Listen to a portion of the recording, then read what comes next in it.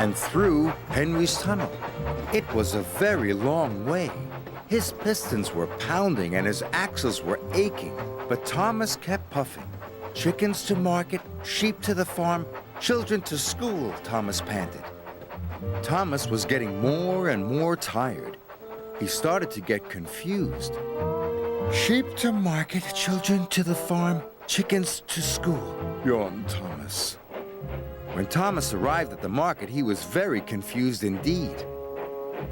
Please unload the sheep, said Thomas. He should have said chickens, but now the sheep were unloaded. Then Emily arrived.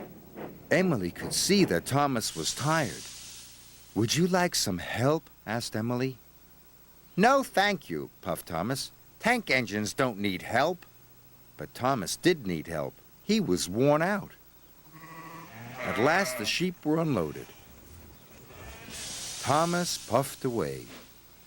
Sheep to market, children to the farm, and chickens to school, yawned Thomas sleepily.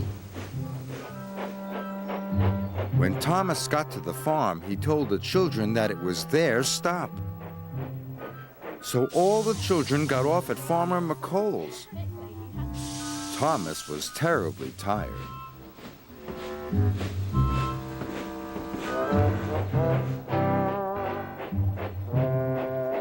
Finally, Thomas arrived at the school.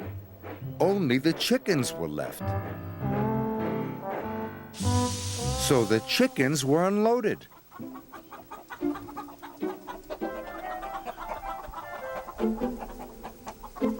And Thomas puffed back to the sheds.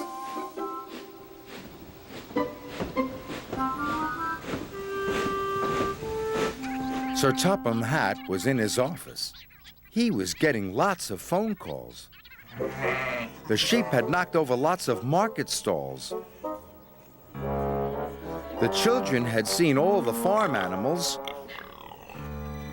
And the classroom was full of chickens. At last, Thomas puffed into Tidmouth's sheds. He was looking forward to a nice, long sleep. Then Sir Topham Hatt arrived.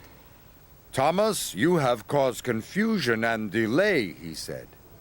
Sir Topham Hatt told Thomas what had happened. Thomas was upset. He was very tired, and now he had to go and do his jobs all over again. Don't worry, Sir Topham Hatt said. All you need is some help. Gordon said a really useful engine never needs help, moaned Thomas. Ha! Laughed Edward. I'm always helping Gordon up the hill. Gordon was very embarrassed. Percy and Edward, you ought to help Thomas, Sir Topham Hatt said. So Thomas puffed away with his friends.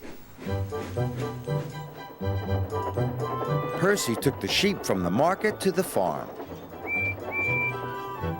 Edward took the chickens from the school to the market.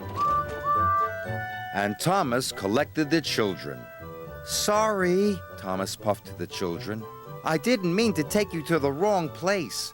We don't mind, said the children. We had a grand day out seeing the animals and learning all about the farm. And that night, when Thomas finally went to sleep, he dreamt about sheep and chickens and children.